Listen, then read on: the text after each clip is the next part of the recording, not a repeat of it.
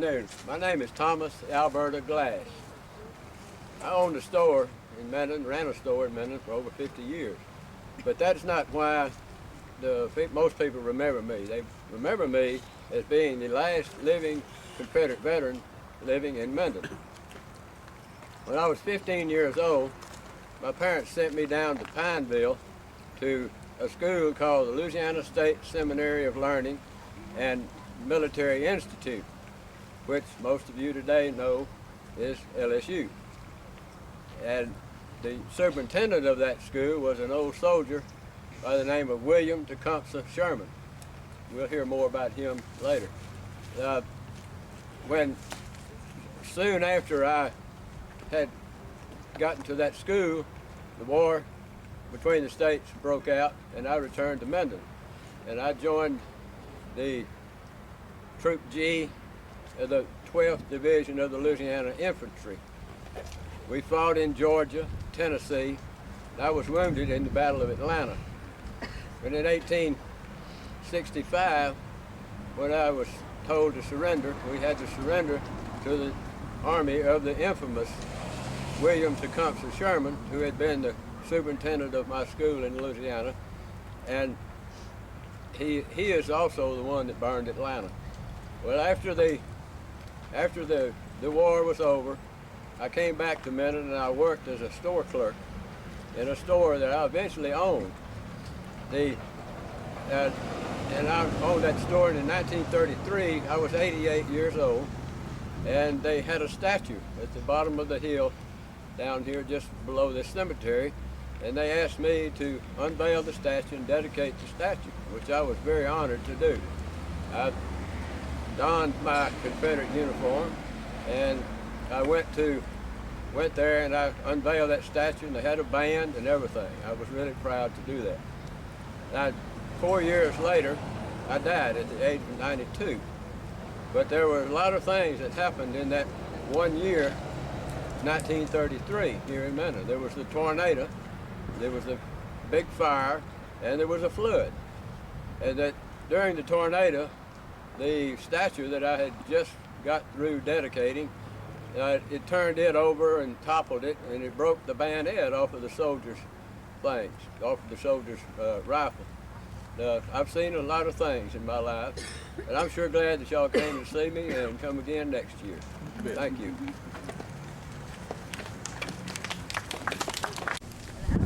I'm Martha, but everybody calls me Maddie, so feel free. Now, I was born in Columbus, Mississippi in 1835. My family moved to Fillmore, which was the parish seat at that time,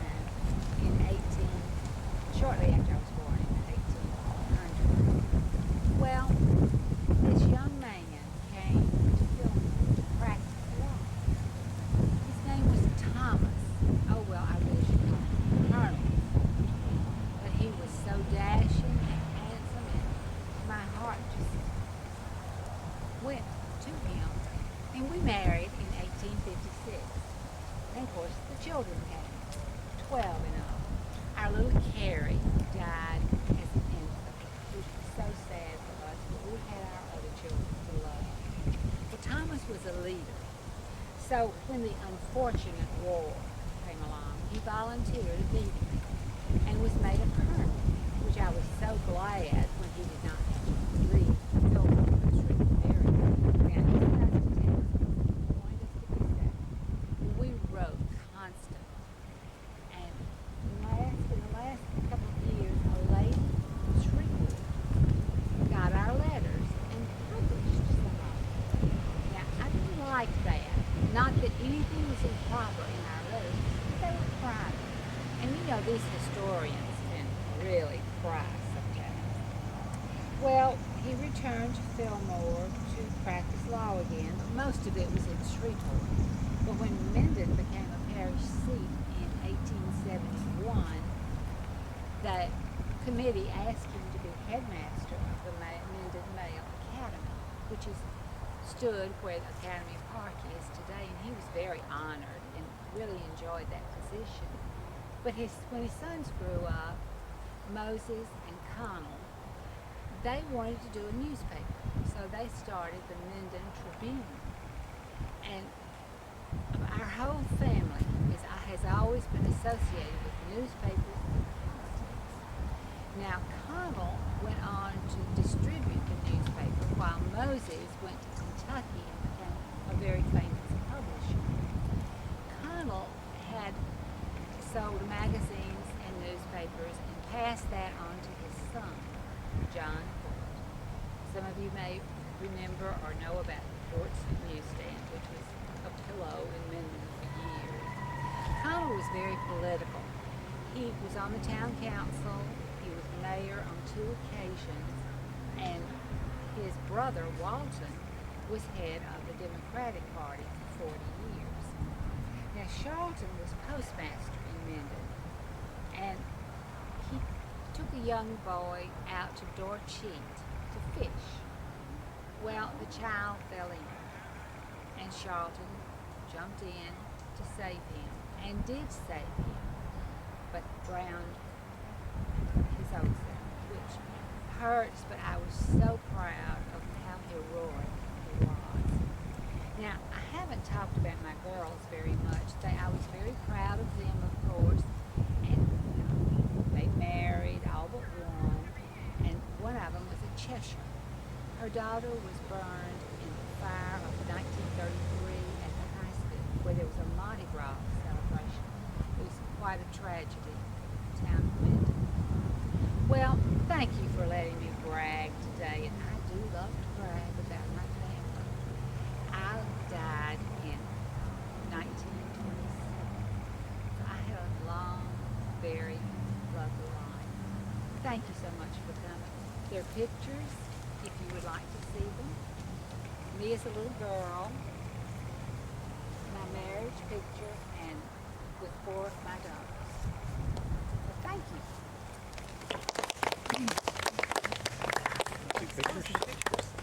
Some neat pictures this year.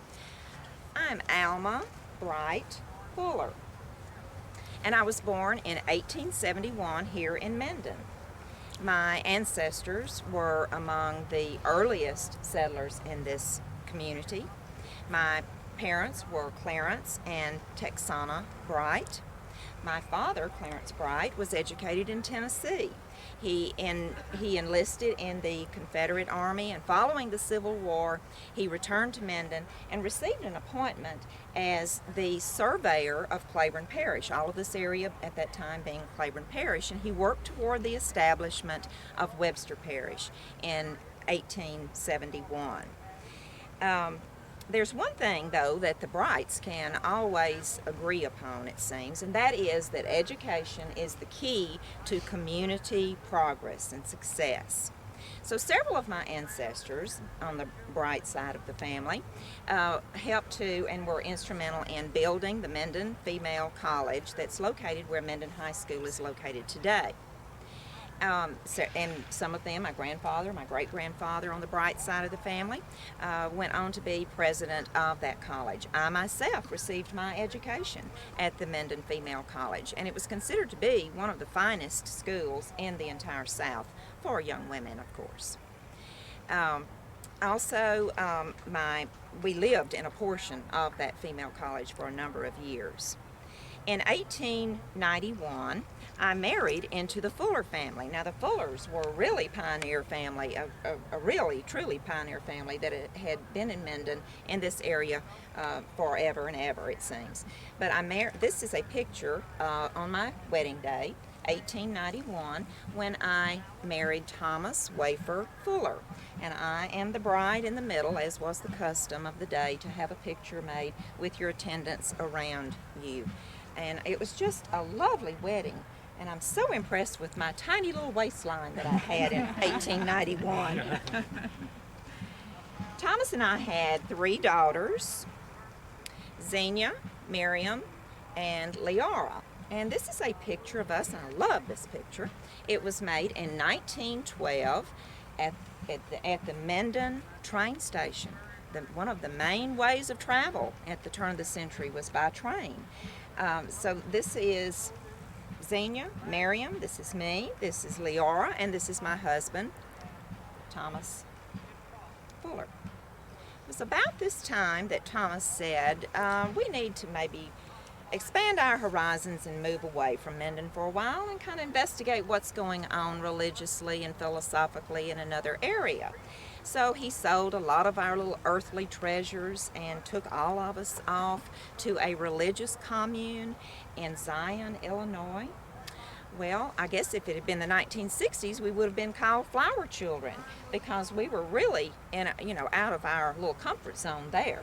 So we returned to Minden after several years, reestablished ourselves in the community and in the Methodist Church where we belonged. My husband was really quite a leader in this community for many years. He served 2 terms as Louisiana State Senator, and in 1908 he was, and I have another picture, he was appointed as the Webster Parish Superintendent of Schools. Now this was 1908, and he had made a salary of $100 a month, which is a pretty good chunk of change in 1908. A big event occurred while he was superintendent of schools. The dedication of the new Minden High School and Grammar School on the same site as where the Minden Female College was built. So this was just a big historical event for all of Mendonites. Everyone so happy at this lovely new school. I'm in this picture in the middle, in the front of the new school behind me. Looking very fashionable, I think. Of course, my husband made $100 a month. I could afford to dress up, couldn't I? And the very best of everything. In 1919, Thomas and I purchased a beautiful 3-story Queen Anne architecture style home on West Union Street. It became the site of a constant parade of visitors and family and friends, and even after Thomas's death, the grandchildren would have parties on that 3rd floor. There are people that still live in Minden that remember attending parties on the 3rd floor of the Fuller house. My granddaughter, Lanier, wanted to live with me so that she could finish high school with her class of 1947. So she lived with me, which I thought was cool for Lanier to want to live with grandmother. She lived with me until she entered Louisiana Tech and then on to LSU. I rented out some of the rooms to teachers. That was pretty common in the day too, to make a little extra income to rent to some of the teachers who, of course, were not married. And then Nancy and Ted, another granddaughter of mine, Nancy and Ted Polk from Magnolia, own the house now. They maintain the house. It is beautifully taken care of. I go by ever so often to check and make sure that they're taking care of this Fuller house, and they are. It's still looking very, very beautiful. Well, I've mentioned to you that my husband was quite the leader, one of the leaders in the town, and not only was he a senator, superintendent of schools, but he also was the manager, the editor, the owner of an early newspaper in Minden called the Webster Signal. Now, upon his death in 1920, I took over the realm of that newspaper, making me one of the earliest newspaper women in the entire country, 1920. My daughters, Miriam and Xenia, worked with me at the newspaper office, developing kind of a new idea at that time, a social events, a society page of the newspaper. It became very popular among our female readers. Well, I know that you have others to visit with today, but I do want to just plant a little seed of thought that perhaps we could have one of these ghost walks at the Fuller Cemetery over near Victory Park, which you call Victory Park nowadays. There are just ever so many stories to be told about the Fullers and the Merrills, so I think that would be a delightful thing for us to consider doing. Also, I want to make sure that you're buying your local newspaper, your Minden Press Herald, and reading that and supporting that, and not let that awful new invention called a computer to take the place of the printed newspaper. Please do not let that happen. Well, it's just lovely being with you. I hope you've learned more about the Brights and the Fullers, and I hope you will come back next year. Good day. And this was Alma. They used to take pictures, evidently, on the streets of Shreveport, and somehow this ended up in the collection of the the family had hold of. This was made in 1942. She looked quite like a real newspaper woman, I think, in that picture. And she died in 1948. Okay, let's see.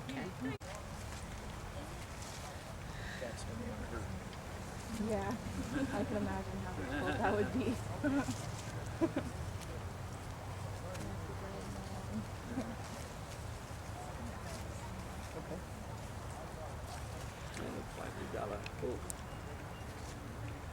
We have one more. I'm Clinton Henry Artis. I reside here on the end of this enclosure. I'm somewhat different than a lot of the people that live here.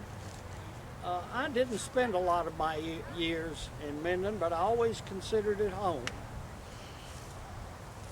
I came and people call me Colonel Artis, and I'll tell you about that later. I moved to Bienville Parish in 1846 with my parents, Matthias and Louisa Artis. My father was a farmer. I was born in 1828 in the Palmetto State, South Carolina. And after we moved here, I had the opportunity to take a job as a clerk in a store over in Mount Lebanon. Now, I admired my father's work ethic and how hard he worked, but it just appeared that I could probably do a little bit better with my head than with my hands. And as it turned out, that was correct. By the time I was 21, I had moved to Minden and opened a store.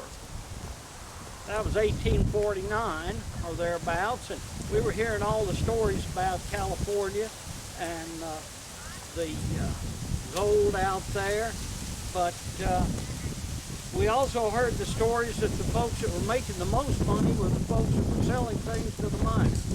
So I understand the folks out there needed things, but they needed things here, and I was already selling them, so I didn't pursue the thought of going west any further.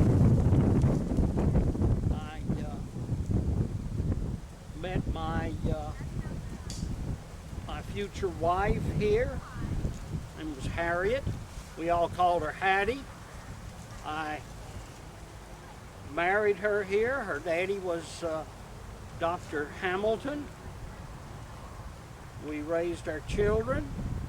We had quite a pleasant, quite a happy time here. We had 3 of our children that grew to adulthood, and we had some unpleasant times too. We had several children die as infants, as was common in those days. Then the unpleasantness with the North occurred. We called it the War of Northern Aggression. We sold our store. I volunteered to serve to defend the South, and I was proud of my service. I served in the civil government on the staff of Governor Moore, and later I served on the staff of General Alma, and that's where I earned the title Colonel that people still call me. The war ended unpleasantly, and I returned to Minden, reopened my store, but soon found that the conditions in reconstruction in those times, Minden was still occupied, was not conducive of me becoming prosperous. So in 1873 I moved again, this time to Shreveport. And it was in Shreveport that I really did prosper. I had a wholesale business in groceries, produce, baggage, and ties, and it was largest in the city. I participated in the cotton market, and that was a very prosperous venture. I was well thought of by the community, and I believe that the Yankees asking me to serve on the board of the First National Bank attest to the fact that I was well received and well liked by everyone. The time went on. In 1889, I lost my Hattie. Then in 1906, my final summons came. There was no question at all about where I would be placed to rest. I always thought Minden was my home, even though I didn't spend a lot of my 78 years here. But if you look around up here, you see that it's my final resting place and that of my parents, my children, my wife, and I'm always happy to speak about the community, both the one down the hill and the one up here at the cemetery. I'm proud of both of them. And we appreciate you coming today, and we hope you enjoy the rest of your tour. Thank you. Yeah, Joe Harmon Drew, Gene Drew. Let's go and let's mosey on over here now, folks. Hunker down. Thank you. Everybody, I'm Richard Cleveland Drew. This is my sweet wife, Katie Roberta Conwell, and I was born in 1849. My granddaddy was Newitt Drew, who came down during what they used to call the mini ice age, around 1816 to 1820. There was a period of extremely cold weather. A legend, it says that New York City Harbor totally iced over. And so I sent my two, Newitt Drew sent his two sons to scout out to the south, and they took a canoe down the Mississippi River, up the Red River, and they found Overton.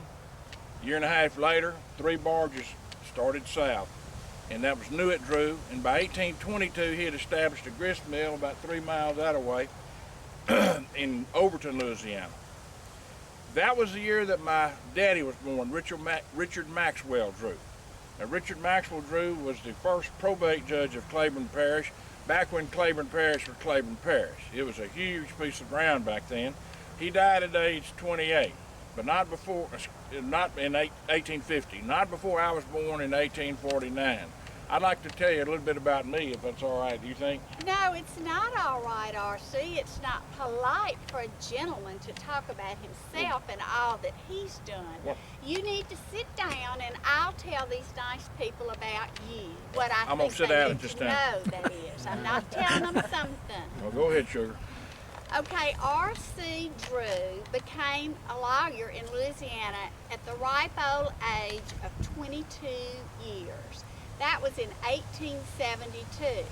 By coincidence, his great-grandson, Richard Harmon Drew, was sworn in to practice law exactly 100 years later in 1972. In his early years, he was very dedicated to his career, and early on, he served on the Constitutional Convention that wrote the Louisiana Constitution of 1879. By remarkable coincidence, his own son, Harmon Conwell Drew, served on the convention that wrote the Constitution of 1921, and his grandfather, Richard Harmon Drew, served on the Constitutional Convention that wrote the Constitution of 1974. He was already elected a district judge when he came to plain dealing and found me. I was a child bride of 21, and he was an old man of 31. Now, he talks about how busy and important he is, but I gave him 7 children, so you know which of the 2 of us was the busier. Now, you can tell him about your boys. Well, she gave me 7 children. I want to give 1 or 2 of them back, but that's another story. I had 5 sons. Their name was Dick Drew. He was an engineer, got a college degree at LSU. There was Harmon C. Drew, Harmon Conwell Drew, and he was elected district attorney, then district judge, and on the Court of Appeals, and as Miss Katie said, helped in the writing of the Constitution of 1921. Then there was Waddy Thompson Drew, who had one of the two sons of that whole generation. Waddy Thompson Drew studied law in the law office of Skeet Drew, Allen Sidney Drew, and Harmon C. Drew. He passed the bar in '38 and died in a wreck on Back Street near People's Bank. What the name of it was, I couldn't remember back then, honey. In 1940. But Harmon C. Drew had a son named Richard Harmon Drew, who had a son named Richard Harmon Drew, who had a son named Richard Harmon Drew. And so of all those 5 Drew men, there were only 2 Drew boys, one of whom, Cahill Drew, over in Fillmore, had 2 daughters, 2 beautiful red-haired daughters. Now, why don't you tell them about the sweet daughters today? Oh, our girls were precious. Katie Cleveland lived a short life. She only lived to be 21, and she was carried off by a fever. She had been to Plain Dealing to visit, and the paper had all in it about when she got back. She was so sick and died, and her embroidery club published a beautiful tribute to her because she was so dedicated and talented. Then when I was 45, we had a late in life blessing. Little Mary Sarah came to us, and she's what would be known nowadays as a special needs person because Mary Sarah had Down syndrome. She lived a remarkably long time, all the way up to 1955, and there are people among you, the living, who still remember Mary Sarah. One of them is sweet Joan Wiley Luck, who lived next door to the Drews and would go over and play dolls with Mary. Of course, Mary was much, much older than little bitty Joan, but they had a good time playing dolls. And what everybody remembers about our Mary is her beautiful red hair and her sweet, sweet smile and disposition. So Harmon and Skeet practiced law together and later taught read law. And they didn't have to go to law school back then to pass the bar exam. Dick was an engineer. Now see back here, this man right here, Thomas Conwell Drew, he was a free spirit among the Drew boys. Bless his heart, he was gassed in World War I and had a terrible 2 decades before he finally died, and he suffered every day. He was the free spirit though. On his induction papers into World War I, he said for occupation, pool hall operator. And there ain't nothing wrong with that. We sure glad y'all could come by. Hey, cuz, thank y'all for coming here. Y'all take care. Good to see you. Thank y'all for coming. Is Lucy Hadley, and I am first going to tell you the story of my husband's family and how they came to be here before I tell you anything about myself. My husband is Morris Rathman. As you can see, he is buried here. Now, Morris actually is a direct descendant of John Alden, who came over on the Mayflower. Now, the Aldens wind up intermarrying and became the Rathmans. There's still some Aldens and there's also some Rathmans. They're the same line. And they lived up around the New York area. And finally, when Morris was a young boy, he was a teenager, his grandmother decided that she wanted to move to be closer to her brothers. Now, all of her brothers had moved down to a little town called Minden, Louisiana. And she was getting letters from them and hearing all the interesting stories of what was going on here, and she decided that she wanted to move. So she did, and she took her 4 youngest children. Now, my husband's dad, when he started hearing all of these wonderful stories and getting all these letters back from his mother and talking about what his uncles were up to and what she was doing, well, he decided he wanted to move here too. So he did, and he moved. He brought them all down here. That's how my husband initially came to be in Minden, Louisiana, with all of his family. They were very prominent people. They really began to settle here in the 1830s. So they're some of the first people to really settle in Minden. So this is really a big deal. But Mr. Morris Rathman, when he was here, he was 18 years old, and the Civil War hit. And he knew that he needed to fight. And even though he had been from the north, he knew that he wanted to fight for the south, and so he did. He joined, he went away. At the Battle of Shiloh, he was shot in the leg. And he came back home. He kept fighting after that for a while, but after he came home, after the war was over, he had gone from 18 to 22. And that is the age where you go from boy to man. And he did. And when he came back, I came into the picture. It was 1880. My family was from down in Rapides Parish, but a lot of my siblings and even my parents had all moved up to Minden. Colonel Barry, who was a state legislator, had married one of my sisters, had married Camilla. Camilla had died and left him with 3 children, so he married another one of my sisters, Jane Elizabeth. Now, Jane Elizabeth talked him into running for the state legislature, and he did. And when I would come up to visit my family and to also visit my brother David Monroe Hadley, who lived out in what is now Dixie Inn, how many of you know the Antioch Cemetery that's out there? Yeah, well, that cemetery, he donated it. Basically, he charged him $1, I think, for tax purposes. But he donated that land so that they could have a cemetery. And when I would come back up here to visit my sisters and my brother and my parents, who were buried right here, by the way, you see the white tombstones over there? That's them. And then the 2 tallest tombstones with the short one in the middle, those would be my 2 sisters that had both married Colonel Barry.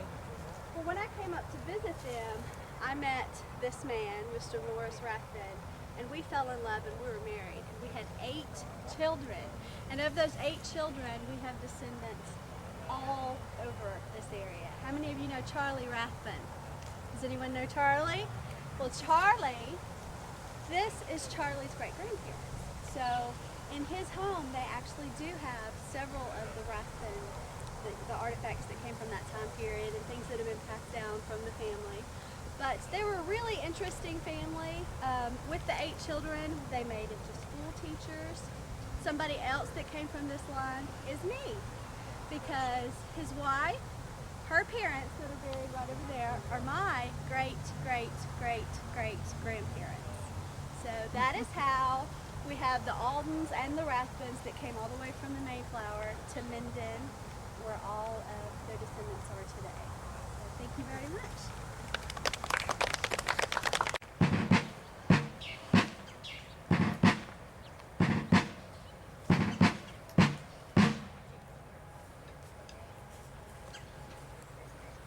How y'all doing this afternoon? We're glad to see y'all out here. Old Minden Cemetery Ghost Walk. You're fixing to go through the section of the cemetery that's known as the trench. The trench contains the graves of 22 plus Confederate soldiers, unknown soldiers. They're unknown, but we do know some things about them. These men played a real important part in the history of North Louisiana and Texas, in the fact that they were part of a ragtag army that defeated a powerful army.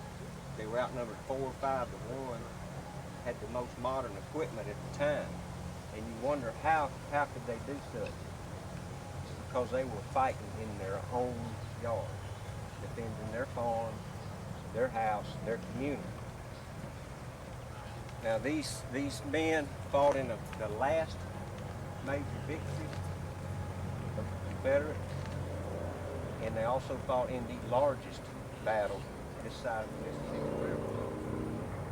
These men came up here after the Red River campaign, winter quartered here. Some of them had minor wounds, non-life-threatening, or they never would have made it back this far.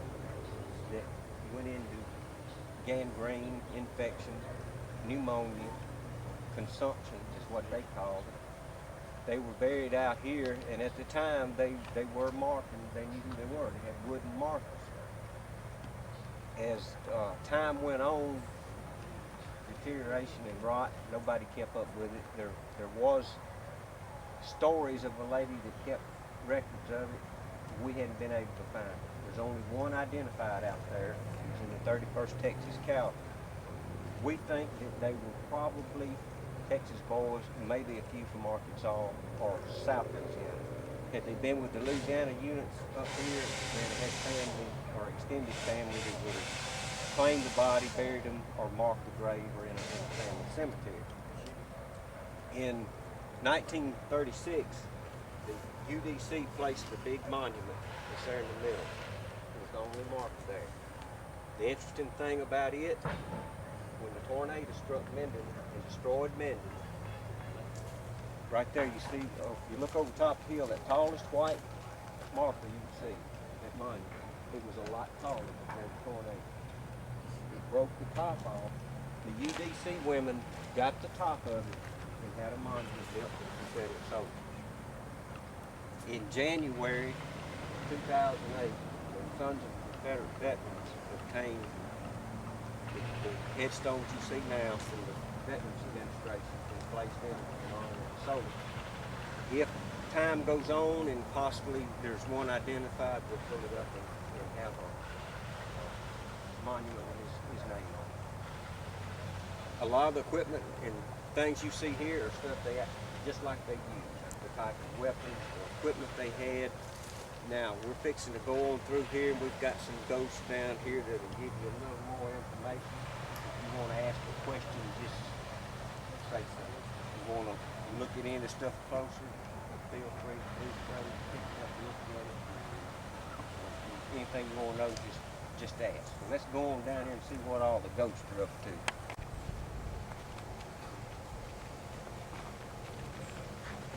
My husband died in the Civil War. I did not know where he was buried. My horse and I, Miss Scarlett, traveled from cemetery to cemetery to cemetery looking for him. We finally found him buried in this trench at the old Minden Cemetery. I was an officer in the Confederacy.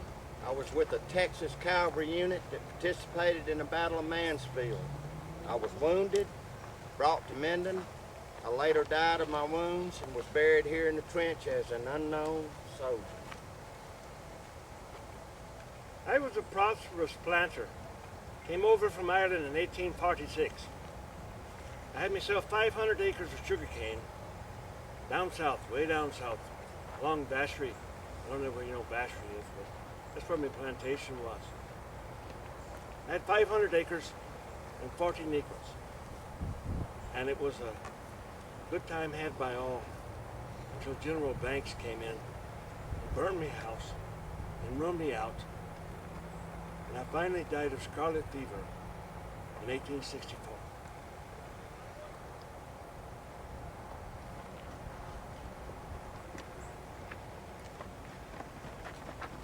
I was an artilleryman on this 12-pound piece at the Battle of Mansfield, where I was wounded, was brought here, died, buried, unknown soldier. If y'all would like to take a look at the equipment that the soldiers used, this you can see what kind of primitive stuff it would be. Most of these guys were, we think, cavalrymen.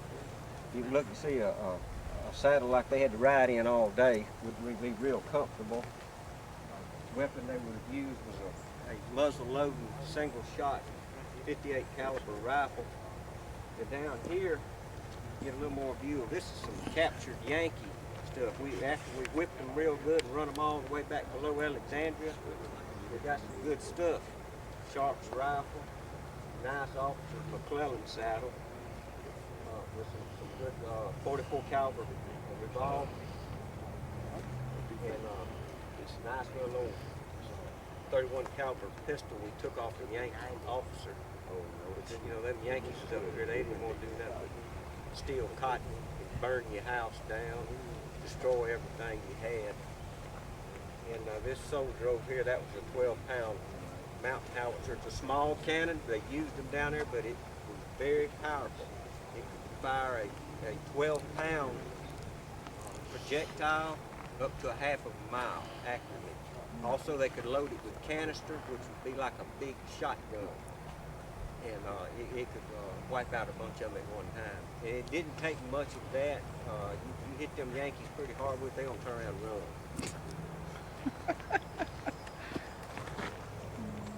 If anybody wants a card, the tour guide there, if somebody else wants one, we've got some more.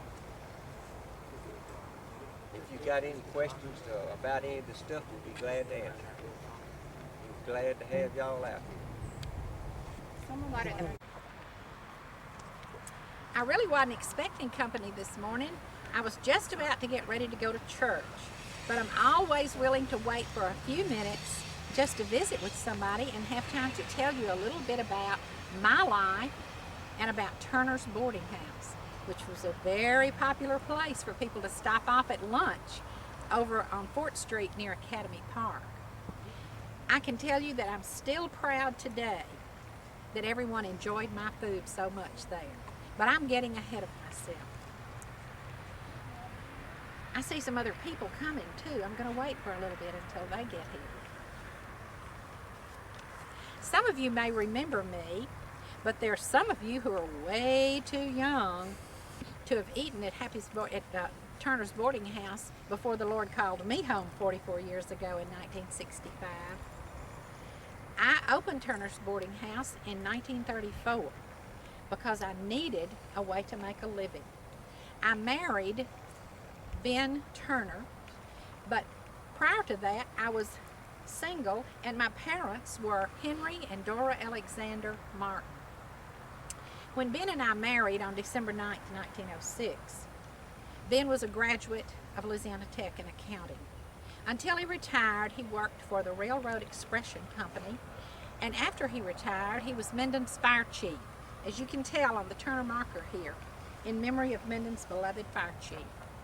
In 1933, there was a horrible fire that destroyed much of downtown Minden. Ben was fighting that fire, and in the process, he had a heart attack, which led to his death a year later. Ben and I were blessed, though, to have 4 sons. 2 of them died very young in their lives. But BF and Happy lived to adulthood. Happy's birth name was Harold. BF was married to Grace Bryan, who was the organist at First Baptist Church for such a long time. You may remember her. And in an earlier marriage, BF had a son named Dorman, who eventually came to live with me at the boarding house. Happy married Hazel Adkins, and they had 3 daughters. Haroline, who died in infancy, and she's buried here by me. Harla and Haroline. Happy ended up, after I died, running the boarding house for me. And Haroline, his daughter, always said, "I love Mommy's roast beef better than anything," which just thrilled my heart. But, she said, her fried chicken is just almost as good as Daddy's. So, Happy Turner was unmatched as a cook in Minden. Ben and I built the house at 501 Fort Street as a 1-story home. In 1934, a 2nd story was added so I could open that boarding house and make the living that I needed to make for me and Dorman, and for Happy, who was single at that time, and he had just invested in a 1/3 interest in a grocery store downtown with Mr. Ellis Woods and Mr. Walter McCauley. Several years after that, I married Lonnie Ball, who was a friend and distant relative of my family's as well as Ben's family. Lonnie helped me so much to run the boarding house, except for a few years during World War II when he went to Hawaii to build ships. I have some wonderful memories of boarders. One of my favorite boarders was Mr. Penny. Do you all remember or know Marvin Jones, who's the principal today down at Central School in Heflin? Mr. Penny was Marvin's father-in-law, his wife's mother, Judy Jones. And I love to make Mr. Penny's favorite dessert. He always loved it so much. Another boarder that I had, you might know, is Mr. Don Hinton, who still lives in Minden. And another one, if you went to Louisiana Tech or knew anything about Louisiana Tech, Dr. Trout was a geography professor over there, and Orrin Trout was a resident in our boarding house when he was a single man, and a very attractive young man, because lots of single women would find any excuse to come to the boarding house for lunch just to catch an eye of Mr. Trout. And of course, many romances started at the boarding house, but my rules were very strict. No ladies upstairs, and any talking had to take place on the front porch or out in the yard.